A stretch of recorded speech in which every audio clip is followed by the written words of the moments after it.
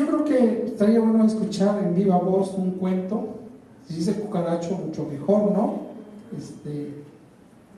Que quede en la memoria de ustedes. Si se duermen, es mucho mejor, porque quiere decir que el cuento va resultando, ¿no? No te oí. Que si se duermen al leer. No se van a dormir.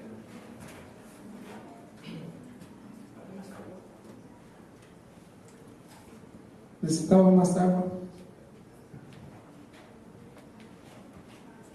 Parece que venimos crudos, ¿no? Bueno, pues les voy a leer el cucaracho entonces. Y el cucaracho dice así: si no lo hago ahora, acabaré olvidándome de contar la ocasión en que me convertí yo también en una cucaracha. Fue así. En una cierta mañana, y sin previo aviso ni indicios de insomnio o mal dormir, abrí los ojos para encontrarme con el extraño panorama de que solo veía mis oscuras patitas queratinosas. Recuerdo claramente que mi reacción, la menos literaria que podía haber imaginado tratándose de mi persona, fue de intensa curiosidad. Como si me dijera a mí mismo que aquella era una gran oportunidad para vivir experiencias excitantes. Y lo más interesante del caso es que yo había leído de un modo reverencioso la ominosa pesadilla de Kafka. Había vivido con intensidad lo que yo interpretaba como una metáfora acerca del definitivo fracaso en que consistían las relaciones intrafamiliares. Lo leía como un creyente debe leer su canon particular y me apasionaba y me interesaba por deducir de su carta al padre elementos que me guiaran en el camino de la indagación denunciada por la metáfora, que yo había emprendido con mis escritos y con los libros que más disfrutaba leyendo. Por todo esto, ver ahora mis patitas de color oscuro y nacarado brillante no me hizo sentir terror, ni tampoco otros sentimientos opresivos. Muy por el contrario. Excitó todos mis nervios y ardía en deseos de ver a mis amigos y mostrarles con orgullo mi nueva vida de insecto. Y asustar a mi estúpida novia con mi nueva condición. Yo sabía que mis amigos, al verme, exclamarían palabras de asombro ante mi nueva estampa y admiración por la tonalidad y consistencia de mi nueva piel. Sabía asimismo que mi novia se estremecería de horror y me recriminaría el hecho de ser una persona tan variable de carácter, tan mudable en mis convicciones, y me salía con un discurso de esos tan comunes en ella, que estaban adornados de ideas tales como: ¿me quieres explicar, Héctor? ¿Cómo le digo yo ahora a mis padres que salgo con un chico que se ha vuelto cucaracha? Esto lo haces para ponerme molesta. Estoy segurísima de ello. Solo lo haces para molestarme y para molestar a mi familia, porque sabes que son gente normal, gente sencilla. Eres un cabronazo, lo sabías. Yo que la escuchaba con paciencia, ahora redoblaría mi interés, mi curiosidad y amor por el conocimiento, puesto que la escucharía con una paciencia de cucaracha. Y aquella era una modalidad desconocida por mí, que anhelaba experimentar de inmediato. Con todas estas imaginaciones me excitaba y solo deseaba que llegara la hora de levantarme y comenzar a ver y experimentar las reacciones de las personas de mi entorno. Me giré en la cama y, a diferencia de Samsa, sí que pude moverme. No solo esto, es que gozaba de una gran movilidad. Hasta poseía cierto swing natural en mis movimientos. Meneé un poco las caderas para ir adaptándome del mejor modo posible a mi nueva fisiología. Cuando entró mi madre y nada más verme, empezó: ¿ya estás con tus estupideces?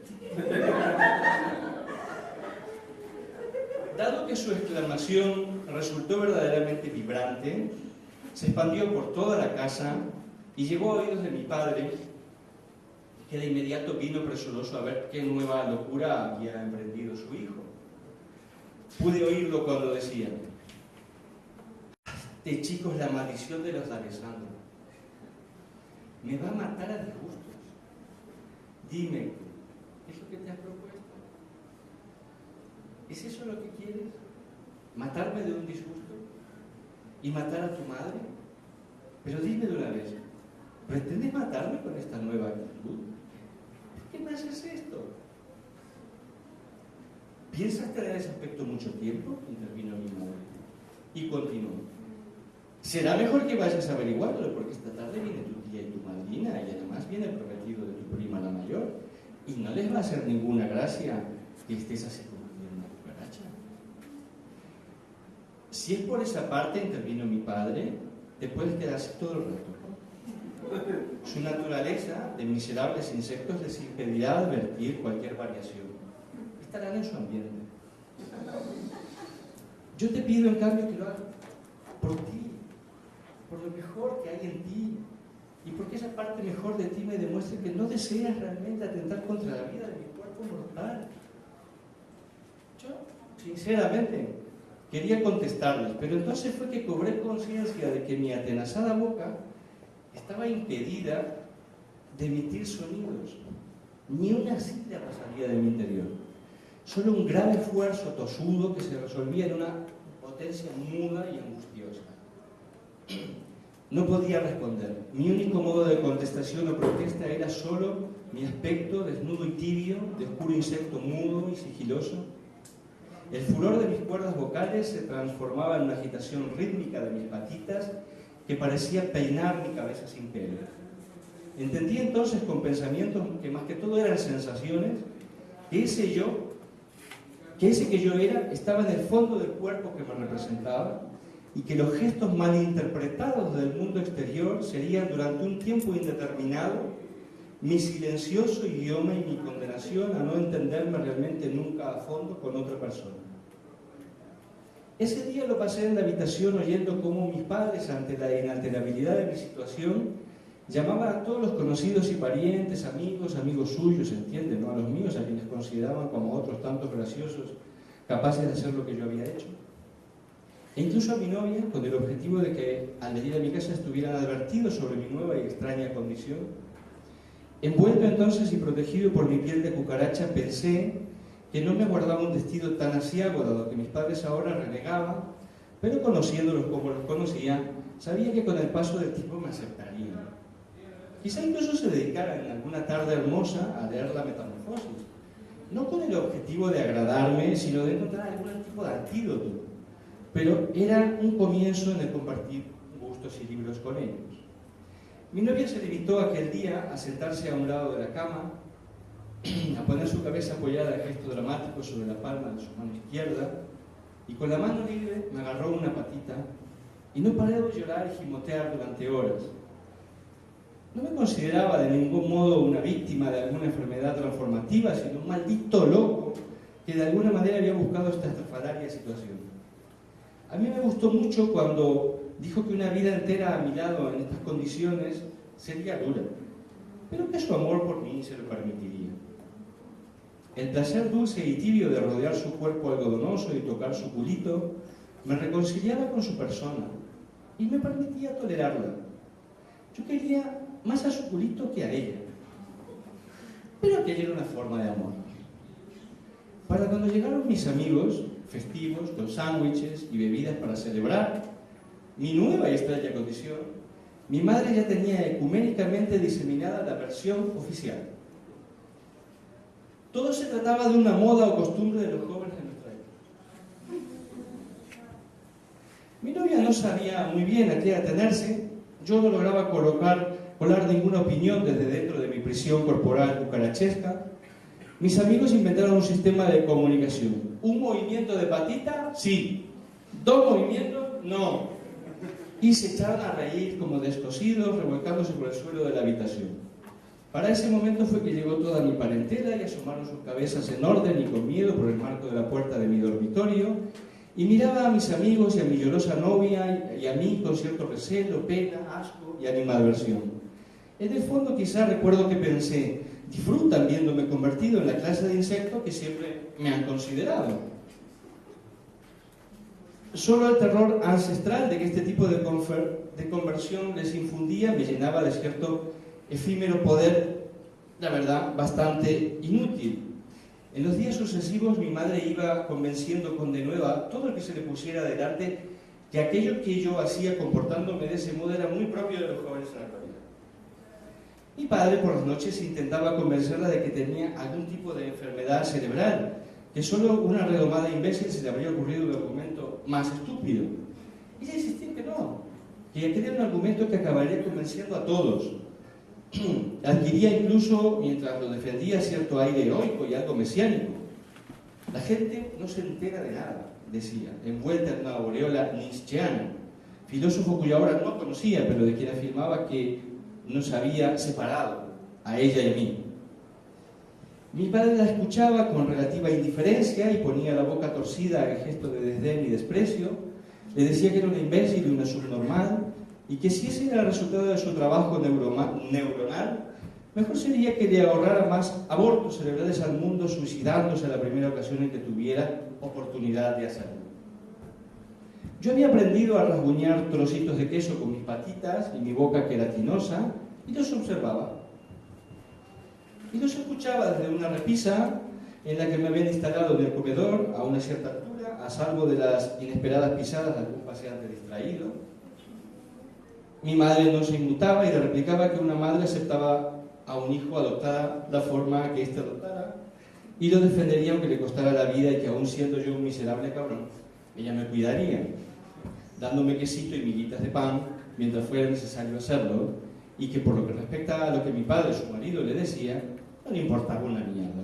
Y le comunicaba que su mayor deseo era verlo morir muy pronto, envuelto en los mayores de los dolores y víctima de alguna violenta enfermedad que se lo llevara para el otro barrio, desgarrándolo internamente de un modo cruel y especialmente sádico, y que solo le pedía a Dios salud para ver y disfrutar de aquella gozosa escena.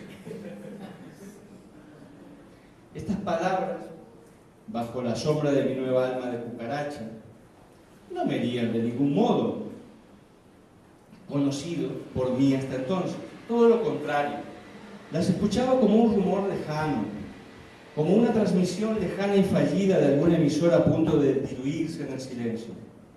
Así transcurrían los días. Mi novia me hacía visitas cada vez más espaciadas. Un día comentó como al pasar que tenía un amigo nuevo, y 2 días más tarde ya no vino a verme. Mi madre estranguló un gemido en su garganta y se agarró a un periódico que por allí había, y con grandes voces, como para disimular, dijo que había que ver las horribles noticias que aparecían en la prensa, que cómo lo ponían a uno, y a continuación decretó que debíamos escuchar música. Estuvo aturdiéndome un rato con tangos tristes y violentos, con valses monótonos y música pop, hasta que se fue a otra habitación y me dejó solo pensando. Miré la tarde, la monótona tarde azul que entraba por la ventana, y respiré hondo, sabiendo que la tristeza era posible, pero no inmutable, y me adormecí para cuando desperté, tras una sudorosa siesta y como si un extraño resorte espiritual se hubiera soltado en mi interior, recuperé la visión de mis manos carnosas y delicadas. No supe si alegrarme o más bien adaptarme a la resignación. Me estiré y al hacerlo sentí el crujir de todos mis huesos humanos y experimenté también la sensación cierta de que había crecido una enormidad en aquellos días como un insecto. Cuando entré en la cocina, devorado por el hambre de mis entrañas, en busca de viandas y bebidas, mi madre se echó a llorar con toda la fuerza de una tormenta. Me dijo que era ciertamente malvado, que lo que yo le hacía no se le hacía a una madre. Así estuvo un buen rato, hasta que se cansó y volvió a su antigua actitud de rechazo y de enojo, solo que ahora acompañada de cierto aturdimiento. Se acercó a la mesa del teléfono, pude ver sus dudas expresadas en los complejos gestos de su cara, y muy pronto comenzó el nuevo ciclo de llamadas diseminantes. Una nueva versión estaba en marcha. Si ven a Héctor cambiado, es solo algo pasajero, Continúa siendo igual que siempre. Así que fue que me convertí para siempre en un cucaracho. Continué siéndolo para mi familia, para los allegados por parte de mis padres, para mi exnovia, que ahora no se atrevía a decirle a su actual novio que me vendría a ver, porque decían que había vuelto a ser el de siempre. el paso que había dado le había dejado definitivamente en una nueva acera, y según su modo de ser, no podía volver atrás. Entendí de pronto que a muchas personas, por no decir a casi todas ellas, una vez que se definen de una manera, les cuesta desdecirse y explorar otras vías. Prefieren seguir en el error antes que arriesgar a cambiar. Entendí que mis padres no tenían remedio más allá de la muerte, que yo no volvería a ser nunca el que era, y que eso me llenaba de entusiasmo y alegría. Vi a mis amigos decepcionadísimos durante 2 días porque se les había acabado el juguete, pero al final recuperaron la fuerza y la curiosidad que los caracterizaba y ya estaban inventando nuevas jugadas para divertirnos juntos. Un día conocí a una chica que me dijo que desde hacía mucho tiempo me quería conocer, que sabía que yo era el chico que durante unos cuantos días había sido una cucaracha, y que solo con saber eso ya le bastaba para querer conocerme y enamorarse de mí. Yo le pregunté si me seguiría en mis locuras, si fuera necesario, y ella me respondió que siempre subiría la apuesta. Entonces no necesité ver sus brillantes ojos, supe sin saber cómo, igual que algunos personajes literarios y la mayoría de la gente que puebla esta existencia, que estaba rendido a sus pies, que quería unas alas nuevas y volar con ella, que lamería sus pies y mordería su espalda, que juntos brincaríamos por la noche en nuestra aburrida e insípida ciudad. Supe que siempre había encontrado sentido a todo lo pasado y ahora se lo encontraba más aún. Y me puse a cantar. Canté una canción hermosa y triste y violenta. Canté una canción que me arrastrara en la noche. Una canción hermosa y triste y violenta. Pues muchísimas gracias por escuchar.